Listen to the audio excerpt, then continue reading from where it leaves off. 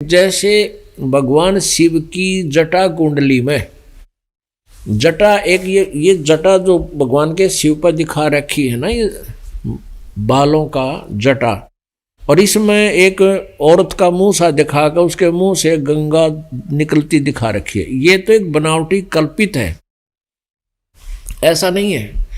भगवान शिव के लोक में एक जटा कुंडली, एक डैम है, बहुत बड़ा सरोवर, बहुत बड़ा।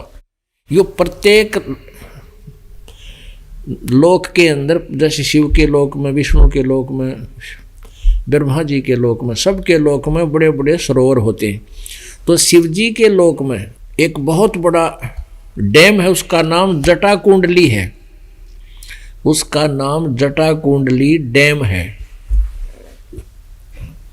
तो वो सतलोक से गंगा आई थी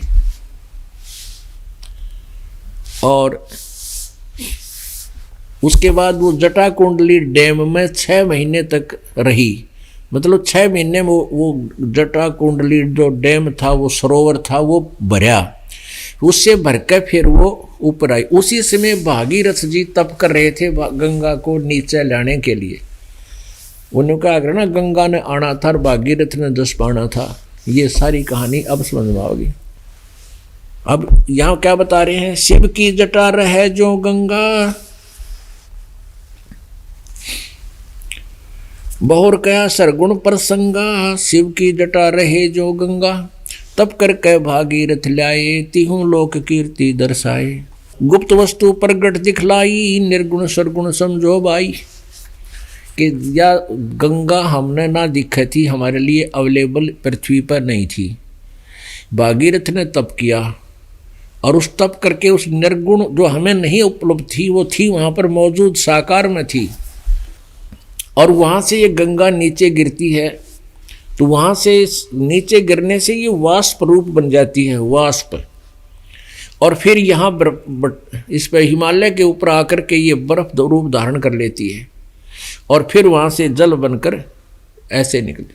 तो बीच से ये आती नज़र नहीं आती आम व्यक्ति को, ये दिव्य दृष्टि से देखी जाती है। और ये गंगा सतलोक से आई है, काल के लोक का ये अमृत नहीं है। तो एक सैंपल है ये गंगा उस सतलोक से आई हुई। इसके गंगा के जल को कितने दिन रख दो खराब नहीं होता। क्यों? ये कहाँ से आएगी? इस पृथ्वी पर ही चल रहा है, तो ये कहाँ से आई? हमारी बुद्धि यहाँ तक थी, शिव जी की जटा में तो निकली। फू जो खा रखी नो एक औरत, अरे फूटे भाग मारे। भगवान शिव जी का एक डैम है और वो सतलोक से जब आई तो 6 महीना में वह भरी थी। वो भर के फिर ओवरफ्लो होना शुरू हो गया। उसी समय भागीरथ तप कर रहा था पहले से ही।